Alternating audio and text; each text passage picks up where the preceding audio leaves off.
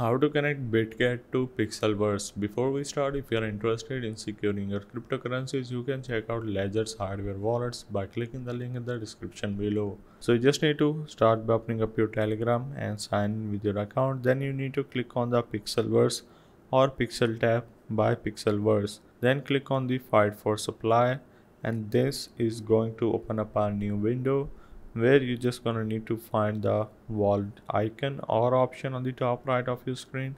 And once you click there, you just need to click on this connect new wallet if you already have some wallets connected. So then you just need to simply click on this Bitget option. If you cannot see this, you just need to click on the other on the bottom of your screen. Otherwise, click on the Bitget option. Now click on yes, I have it, and now you need to go for the USDT ERC20 wallet address to receive this particular token. So simply open up your Bitget application, and then you need to go for the wallets on the bottom right and then click on the deposit option. Then you just need to go for the deposit digital address and click on the search icon on the top and search for USDT.